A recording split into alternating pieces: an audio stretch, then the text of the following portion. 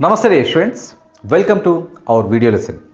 In this lesson, we are going to learn the uses of as if, as though and like and the differences between as if, as though and like. Okay, యూజువల్గా మనం తెలుగులో మాట్లాడేటటువంటి మాటలు ఎలా ఉంటాయంటే, for example, ఆయన ఏదో నా బాస్ లాగా ఆర్డర్స్ వేస్తుంటాడండి. ఆయన ఏదో నా బాస్ లాగా ఆర్డర్స్ వేస్తూ ఉంటాడు. ఈవిడ ఓ మహారాణిలా ఫీల్ అయిపోతూ ఉంటుంది. ఈవిడ ఒక మహారాణిలాగా ఫీల్ అయిపోతూ ఉంటుంది. అంటే అది కాదు, కానీ వాళ్ళు ఆ విధంగా ఫీల్ అవుతున్నారు అని చెప్పడానికి. వాడేదో నా బాస్ లాగా ఫీల్ అవుతున్నాడు, ఈవిడేదో నా మహారాణిలాగా ఫీల్ అవుతుంది. ఓకే, ఆయన నాకు బాస్ లాగా ఆర్డర్స్ వేస్తుంటాడు.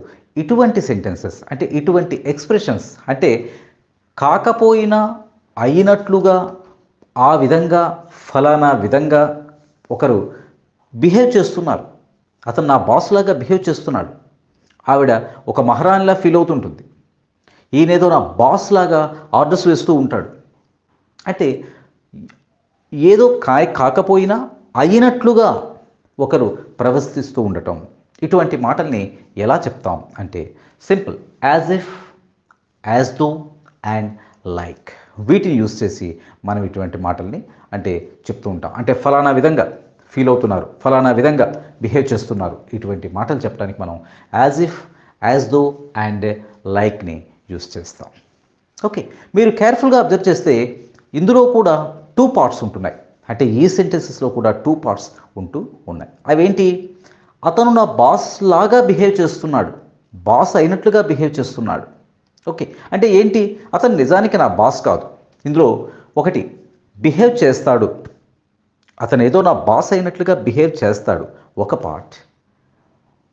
బిహేవ్ చేస్తాడు అనేది ఒక పార్ట్, బాస్ అయినట్లుగా అనేది మరో పార్ట్. ఆమె మహారాణిలాగా బిహేవ్ చేస్తుంది, మహారాణిలాగా ఫీల్ అవుతూ ఉంటుంది, ఆమె ఫీల్ అవుతుంటుంది అనేది ఒక పార్ట్. ఎలా మహారాణిలాగా ఏదో మహారాణి అయినట్లుగా అనేది సెకండ్ పార్ట్. ఓకే, అతను నాకు నేనేదో సర్వెంట్ అయినట్లుగా అతను నాకు ఆర్డర్ వేస్తూ ఉంటాడు. ఓకే, నేనేదో సర్వెంట్ అయినట్టుగా అతను నాకు ఆర్డర్ చేస్తూ ఉంటాడు. నేనేదో సర్వెంట్ అయినట్టుగా. ఇందులో ఆర్డర్ చేస్తుంటాడు ఒక పార్ట్, సర్వెంట్ అయినట్లుగా అనేది ఒక పార్ట్. ఓకే, ఇందులో బిహేవ్ చేస్తుంటాడు, మహారాణిలా ఫీల్ అవుతూ ఉంటుంది, ఆర్డర్స్ వేస్తుంటాడు అనేది మెయిన్ క్లాస్ అయితే, బాస్ లాగా ఏదో బాస్ అయినట్లుగా, మహారాణిలాగా ఆర్డర్స్ ఎలా వేస్తుంటాడు, నేనేదో సర్వెంట్ అయినట్లుగా అనేది సబార్డినేట్ క్లాస్. మనం చేస్తున్నది ఏంటంటే ఈ రెండు పార్ట్స్ని as if, as though, like వీళ్ళు ఏదో ఒక దాన్ని యూజ్ చేస్తూ మనం చేసే పని అంతా ఏంటంటే ఈ రెండు పార్ట్స్ని జాయిన్ చేస్తున్నాం. ఈ రెండు పార్ట్స్ని మనం జాయిన్ చేస్తూ ఉంటాం. Main clause and subordinate clause రెండింటిని as if, as though or like వీటిని యూజ్ చేసి మనం వాటిని జాయిన్ చేస్తూ ఉంటాం. ఫర్ ఎగ్జాంపుల్, ఇంగ్లీష్లోకి తీసుకుంటే he behaves as if he was are he were my boss. జాగ్రత్తగా అబ్జర్వ్ చేయండి. He behaves as if he was my boss or he were my boss. Okay, ఎందుకు? యూజువల్గా మనం హీ బిహేవ్స్ అనేది simple present టెన్స్లో ఉంది, అతను behave చేస్తూ ఉంటాడు ఆ రకంగా. హీ బిహేవ్స్ అనేది సింపుల్ ప్రెజెంట్ టెన్స్లో ఉంది. కానీ యాజ్ ఇఫ్ కానీ, యాజ్ దో కానీ, లైక్ని తర్వాత చెప్పుకుందాం, లైక్ని కూడా యూజ్ చేయొచ్చు. యాజ్ ఇఫ్ కానీ, యాజ్ దోని కానీ యూజ్ చేసి మనం ఎలా చెప్తున్నాం? He behaves simple present tense చేస్తుంటాడు. He behaves as if or as though he was my boss or he were my boss. హీతో వాజ్ వాడటం కామనే, కానీ వర్ని ఎందుకు యూజ్ చేస్తున్నాం అంటే వీటిని అంటే అతను బిహేవ్ చేస్తుంటాడు, మా బాస్ అయినట్లుగా బిహేవ్ చేస్తాడు అనే మాట నిజానికి అన్రియల్. నిజానికి ఆయన మన బాస్ కాదు, రియల్ కాదు, unreal conditions, imaginary classes, unreal thing and imaginary thing. ఆ రకంగా బిహేవ్ చేస్తున్నాడని చెప్తున్నాం తప్ప నిజానికి అతను మన బాస్ కాదు. ఓకే, బాస్ అయితే బాస్ అని చెప్తాం, లేకపోతే నా ఓనర్ లాగా బిహేవ్ చేస్తున్నాడు, నా బాస్ లాగా బిహేవ్ చేస్తున్నాడు, ఇవన్నీ అన్రియల్. నిజానికి అతను బాసు కాదు, ఓనరు కాదు. ఓకే, సో ఎప్పుడైతే అన్రియల్ చెప్తున్నామో దానితో మనం ఐ, హీ, షీ వీటితో మనం పాస్ట్లో వర్ని యూజ్ చేస్తూ ఉంటాం. మీకు ఆల్రెడీ మనం కండిషనల్ క్లాసెస్ గుర్తుండే ఉంటాయి. If I were you, I would slap him. If I were you, ఐతో ఏమైనా యూస్ చేయాలి, వాజ్ అయినా యూస్ చేయాలి. బట్ వై వర్ని ఎందుకు మనం యూస్ చేస్తున్నాం? ఇఫ్ ఐ ఓ యూ, నువ్వు నేను నువ్వు అయ్యుంటే నేను అయ్యుంటేనా అంటాం కదా. If I were you I would slap him. చెంప పగలగొట్టేసేవాడిని. I would slap him. Why అంటే ఇక్కడ కేర్ఫుల్గా గుర్తుపెట్టుకోవాల్సింది ఏంటంటే, ఇఫ్ ఐ వర్ యూ, నువ్వు నేను అవ్వడం అవ్వదు సాధ్యంగా. నేను నువ్వు నేను అవ్వటం సాధ్యం కాదు. నేనే అయ్యుంటే అయ్యే ఛాన్స్ లేదు. So this is imaginary, unreal situation. So మనం ఇక్కడ ఏం చేస్తున్నాం? ఐ తర్వాత వర్ని యూస్ చేస్తున్నాం. ఈ రకంగా అన్రియల్ గురించి మనం మాట్లాడుతున్నప్పుడు, ఇమాజినరీ సెంటెన్సెస్ గురించి మాట్లాడుతున్నప్పుడు యూజువల్గా మనం సబ్జెక్ట్ తర్వాత పాస్టే కాకుండా వర్స్కి బదులుగా వర్ని కూడా యూస్ చేస్తాం. అయితే జాగ్రత్తగా గుర్తుపెట్టుకోవాల్సింది ఏంటి అంటే, వజ్ని యూస్ చేసిన తప్పేమీ లేదు. ఓకే, లేటెస్ట్ అండ్ మోడర్న్ ఇంగ్లీష్లో వజ్ ఇస్ యూస్ చేయబడుతుంది. No doubt you can use either was or were. Okay, no problem at all. He behaves అంటే అతను చేస్తుంటాడు అనేది మనం సింపుల్ ప్రెజెంట్ టెన్స్లోనే ఉంది. ఓకే, కానీ మనం యాజ్ ఇఫ్ యూస్ చేసిన తర్వాత యూస్ చేసేటటువంటి వర్డ్ మాత్రం మనం వర్ని యూస్ చేస్తున్నాం. వజ్ యూస్ చేసినా ప్రాబ్లం లేదు. He behaves as if he were my boss. He behaves as if he were my boss. He orders as if or as though, రెండు ఒకటే. He orders as if he I was his servant. He behaves as if I were his servant, or you can also say I was his servant. మీకు అర్థమవుతుందా? he orders as if I were his servant. He behaves as if he were my boss. ఇక్కడ హీతోనైనా ఐతోనైనా దేనితోనైనా మనం ఏం చేస్తున్నాం? అక్కడ వర్నే use చేస్తున్నాం. Was use చేసినా problem లేదు. Okay, don't forget it. Okay, he behaves as if he were my boss. He orders as if I were his servant. Get my point? అంటే ఇక్కడ మనం యాజ్ ఇఫ్ యాజ్ వెల్ తర్వాత ఏం చూస్తున్నాం? Subject తర్వాత మనం ఇమాజినరీ కాబట్టి వర్ న్యూ యూస్ చేస్తున్నాం. అకార్డింగ్ టు గ్రామర్ వర్నే యూస్ చేయాలి. వర్ని యూస్ చేసిన తప్పే లేదు. ఆమె మహారాణిలా మాట్లాడుతుంది. She speaks. ఎలా మాట్లాడుతుంది ఆమె? She speaks as if or as though she were a queen. She behaves, she speaks as if or as were she were. ఇక్కడ షీతో కూడా వరే యూస్ చేస్తాం. ఆర్ షీ వజ్ అని కూడా అనొచ్చు. పాస్ట్లోనే ఉండాలి. వజ్ కానీ వర్ కానీ. నిజానికి మెయిన్ క్లాస్ సింపుల్ ప్రెజెంట్ టెన్స్లో చెప్తున్నా యాజ్ ఇఫ్ తర్వాత యాజ్తో వచ్చిన తర్వాత యూస్ చేస్తున్నటువంటి మాత్రం పాస్ట్లోనే ఉండాలి. She speaks as if she was a queen. She speaks as if she were a queen. Okay, so ఇలా మనం ఈ సెంటెన్సెస్ని చెప్పుకుంటాం. ఓకే, ఎందుకు పాస్ట్ వర్బ్స్ని యూస్ చేస్తామంటే ఇది అన్రియల్ తర్వాత. ఇది అన్రియల్ కాబట్టి మనం దీన్ని పాస్ట్ వెబ్లోనే యూస్ చేస్తాం. ఓకే, ఎందుకంటే ఇది నిజం కాదు. ఈ సెంటెన్సెస్ ఎప్పుడు నిజం కాదు. Okay, right. ఇంకా మనకి ఇవే కాకుండా will, can, do, does, know ఇటువంటి వర్బ్స్ ఏవైనా వచ్చినా ఓకే, వాటిని కూడా మనం అలా చెప్పకుండా మనం ఎలా చెప్తామంటే దానికి బదులుగా విల్కి బదులుగా వుడ్, కెన్కి బదులుగా కుడ్, డూకు బదులుగా డిడ్, ఓకే, డస్కి బదులుగా డిడ్ అండ్ నోకు బదులుగా న్యూ. దాని కరస్పాండెంట్ పాస్ట్ ఏదైతే ఉంటుందో ఆ పాస్ట్లోనే చెప్తాం. For example, she always asking me to do things for her. She is always asking me to do things for her as if I didn't have enough work to do. ఏమిటి? నాకేదో పని లేనట్లుగా, నాకు ఎప్పుడు ఆమె ఏదో ఒకటి పని చేయమనే, ఆవిడ కోసం ఏదో ఒక పని చెయ్యమనే అంటుంది. She is always asking me to do things for her as if I didn't. చూడండి, as if I didn't have enough work to do. Okay, enough to do, you can say. And another example we can see, he is 40. We are talking about someone. He is just 40. Why do you talk about him? He is 40 అనేది మామూలుగా behave. Why do you, ప్రెజెంట్లోనే ఉంది main class. Why do you talk about him as if he was an old man? He is just 40. As if he were, ఏదైనా పర్వాలేదు. He is just 40. Why do you talk about him as if he was an old man or as if he were an old man? Let us take some more examples.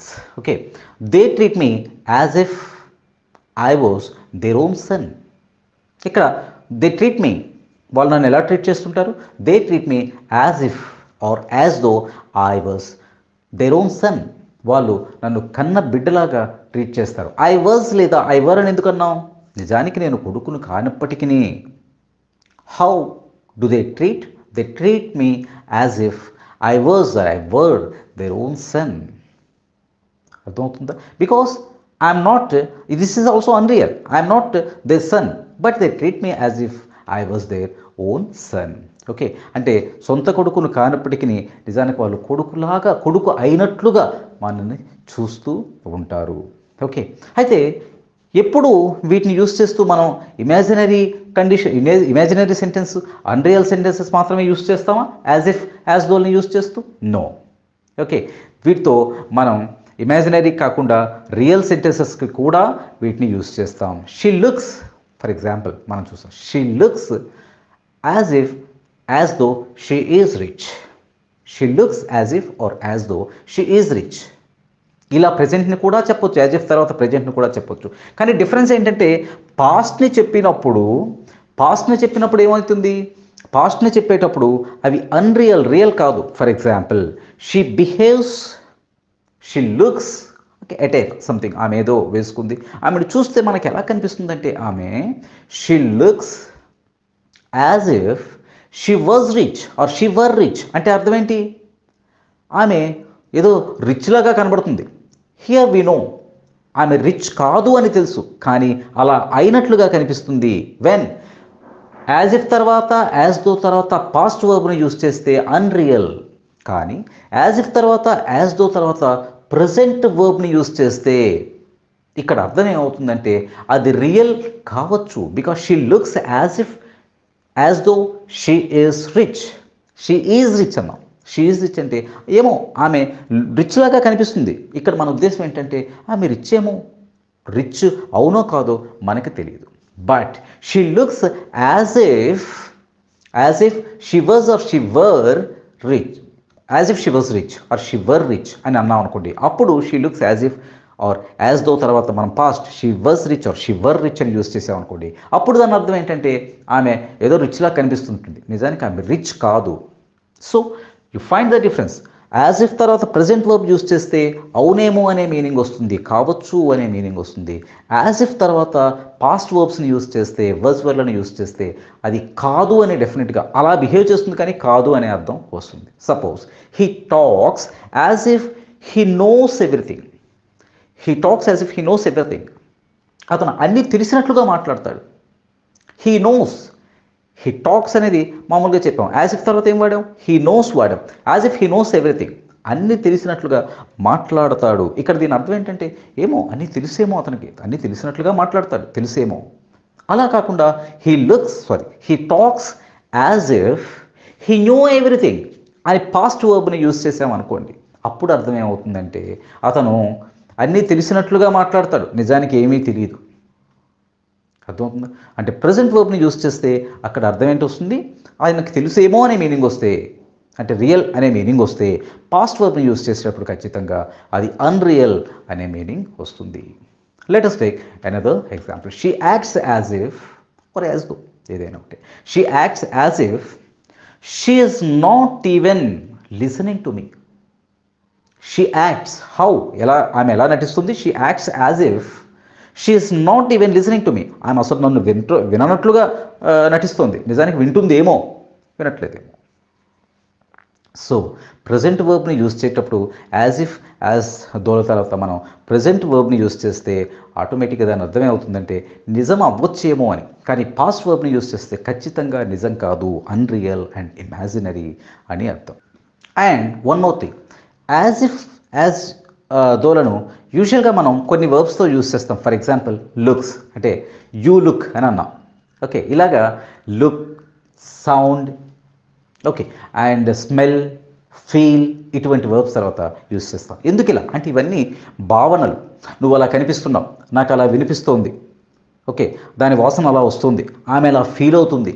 ఈ భావనలతో యూజువల్గా మనం ఈ as if as దోలను ఎక్కువగా use చేస్తుంటాం. అంటే పలానా విధంగా కనిపిస్తుంది, పలానా విధంగా వినిపిస్తుంది, ఓకే, పలానా విధంగా అనిపిస్తుంది, ఇలా చెప్పడానికి నేను ఈ లుక్స్, సౌండ్స్, ఫీల్స్, స్మెల్స్ లాంటి వర్బ్స్ తర్వాత యూజ్ చేస్తాం. నిజానికి ఇవి అన్రియల్ కాదు, మనకు అలా కనిపిస్తున్నవి నిజమైనవిగానే మనం ట్రీట్ చేయాల్సి ఉంటుంది. అంటే look at the clouds, look at the clouds, it looks, ఆ క్లౌడ్ ఎలా కనిపిస్తుంది, it looks as if it's going to rain. It looks, చూడండి, ఇట్ లుక్స్ లుక్తో అంటే ఎలా కనిపిస్తుంది అంటే it looks as if it's going to rain, వర్షం పడేటట్లుగా కనిపిస్తుంది. It sounds as if he's going to change his job. It sounds, ఆయన ఏదో మాట్లాడుతున్నారు, he's talking something, okay, he's talking to some friend, okay, something about his job. మనం పక్కన ఉన్నాం, మనకి ఏమనిపిస్తుందంటే it sounds as if he's going to resign his job, he's going to change his job. ఉద్యోగం మారుతాడేమో అన్నట్లుగా నాకు అనిపిస్తుంది, నాకు వినిపిస్తుంది అతని మాటలు బట్టి. Okay, she feels as if all her worries have gone. ఇప్పుడు ఆమె ఎలా ఫీల్ అవుతుందంటే she feels as if all her worries have gone. ఆమె వరీస్ అన్నీ కూడా పోయినట్లుగా ఆమె ఫీల్ అవుతోంది. మంచిదే, okay. And it smells something, ఏదో వాసన అవుతుంది. It smell as if as though someone is smoking here, smoking around here, someone is smoking around here. ఎలా, ఇట్ స్మెల్స్ అంటే మనకు అలా అనిపిస్తుంది, ఎవరో స్మోక్ చేస్తున్నట్లుగా అనిపిస్తుంది, ఆమె కష్టాలన్నీ పోయినట్లుగా అనిపిస్తుంది, అండ్ గోయింగ్ టు చేంజ్, జాబ్ను మారుస్తున్నట్లుగా అనిపిస్తుంది. ఓకే, ఇలాంటివన్నీ కూడా మనం ప్రజెంట్ టెన్స్లో యూజ్ చేయొచ్చు. అంటే it smells as if someone is smoking, అంటే యాజ్ ఇఫ్ ముందు ప్రజెంటే ఉంది, యాజ్ ఇఫ్ తర్వాత కూడా ప్రజెంటే ఉంది. ఇక్కడ మనం ఒక విషయం జాగ్రత్తగా గమనించాల్సింది ఏంటంటే ఎప్పుడూ ప్రజెంట్లోనే ఉండాలి, మెయిన్ క్లాస్ అనేది ఎప్పుడూ ప్రజెంట్లో ఉండాలని రూల్ ఏమీ లేదు. అది పాస్ట్లో కూడా ఉండొచ్చు, దాన్ని బట్టి మనం యాజ్ ఇఫ్ తర్వాత కూడా మార్చుకోవచ్చు. For example she felt as if all her worries had gone. She felt అని సింపుల్ పాస్ట్ వాడాం కాబట్టి యాజ్ ఇఫ్ యాజ్ దో తర్వాత all her worries had gone అంటే అంతకు ముందే వరీస్ అన్నీ పోయినట్లుగా ఆమె ఫీల్ అయ్యింది, ఫీల్ అవుతుంది అని కాదు ఇక్కడ. అంటే మెయిన్ క్లాస్ షీ ఫీల్స్ కాకుండా షీ ఫెల్ట్ వాడాము ఇక్కడ. She felt as if or as though all her worries had gone. ఎందుకు అంటే ఫెల్ట్ అనేది పాస్ట్ కాబట్టి దానికి ముందు జరిగింది కాబట్టి అది పాస్ట్ పర్ఫెక్ట్లో యూజ్ చేసాం. అంటే suppose she feels as if all her worries have gone. She feels simple ప్రెజెంటెన్స్లో ఉంది, హ్యావ్ గాన్ అనేది అంటే యాజ్ ఇఫ్ తర్వాత వాడింది కూడా మనం ప్రెజెంట్లోనే యూజ్ చేసాం. అలా కాకుండా she felt as if all her worries had gone అంటే మనం ఇక్కడ ఏ టెన్స్లోనైనా దీన్ని యూజ్ చేయొచ్చు యాజ్ ఇఫ్ యాజ్ దోని ఆ అర్థంతో. It sounded as though as if he was going to change his job, పాస్ట్లో వాడాం. Okay, he ran as if as though he was running for his life అంటే ఏదో ప్రాణాలు కాపాడుకోవడానికి పరిగెడుతున్నట్లుగా అతను పరిగెత్తాడు. ఓకే, అంటే he ran main class simple పాస్ట్లో ఉంది, as if he was running for his life అతను ప్రాణాలు కాపాడుకోవడానికి అన్నట్లుగా మనకి పరిగెడుతున్నట్లుగా అనిపిస్తుంది. Okay, when I told them my plan, somebody asked my plan, when I told them my plan, ఇది కూడా మనం పాస్ట్లోనే చెప్తాం. When I told them my plan they looked at me, simple పాస్ట్లో ఉంది, they looked at me as if I was mad. నేను ఏదో picture అయినట్లుగా నా వైపు అందరూ ఒకసారి చూశారు నేను నా ప్లాన్ చెప్పినప్పుడు. సో ఈ లుక్స్, సౌండ్స్, స్మెల్స్ ఇటువంటి వాటిని మనం సింపుల్ ప్రెజెంట్ టెన్స్లోనే వాడచ్చు, సింపుల్ పాస్ట్లోనే వాడచ్చు, యాజ్ ఇఫ్ తర్వాత కూడా మనం simple according to the tense we can change. And one more thing, ఈ లుక్స్, సౌండ్స్ తర్వాత యూజువల్గా మనం యాడ్జెక్టివ్ కూడా వాడుతుంటాం, అది different structure. You look tired అంటాం, యూ లుక్ టయర్డ్, నువ్వు అలసిపోయినట్లుగా కనిపిస్తున్నావు. Okay, she looks tired, she looks తర్వాత టయర్డ్ అనే మనం యాడ్జెక్టివ్ వాడుతున్నాం. Okay, you look as if you have not slept, find the difference. You look as if you have not slept, నువ్వు నిద్రపోనట్టుగా కనిపిస్తున్నావు. You look, you are looking అన్నాను కదా, you look as if you have slept, you look tired. నువ్వు నిద్రపోనట్లుగా కనిపిస్తున్నావు అని చెప్పినప్పుడు యాజ్ ఇఫ్ని యూజ్ చేస్తాం. కానీ టైర్డ్గా కనిపిస్తున్నావు అని చెప్పడానికి మనం యాడ్జెక్టివ్ని డైరెక్ట్గా లుక్ తర్వాత డైరెక్ట్గా యాడ్జెక్టివ్ని యూజ్ చేసేసాం. Okay, she sounded, let us take another example. She sounded worried. Sounded తర్వాత వరీడ్ అనే యాడ్జెక్టివ్ని డైరెక్ట్గా యూజ్ చేసేసాం. ఓకే, యాజ్ ఇఫ్తో చెప్పాల్సి వస్తే she sounded as if as though she was worried. అంటే ఇక్కడ జాగ్రత్తగా గమనిస్తే మీకు ఏమర్థం అవుతుంది? యాజ్ ఇఫ్ యాజ్ దో తర్వాత సబ్జెక్ట్ అండ్ వర్బ్ స్ట్రక్చర్ని యూజ్ చేస్తున్నాం. ఓకే, డైరెక్ట్గా లుక్, సౌండ్ ఇలా చేసేటప్పుడు డైరెక్ట్గా యాడ్జెక్టివ్ని యూజ్ చేస్తాం. You should always remember as if తర్వాత సబ్జెక్ట్ అండ్ వర్బ్ స్ట్రక్చర్ని వస్తుంది, మనం అది యూజ్ చేస్తూ ఉంటాం. ఓకే, మరి లైక్ ఏంటండి?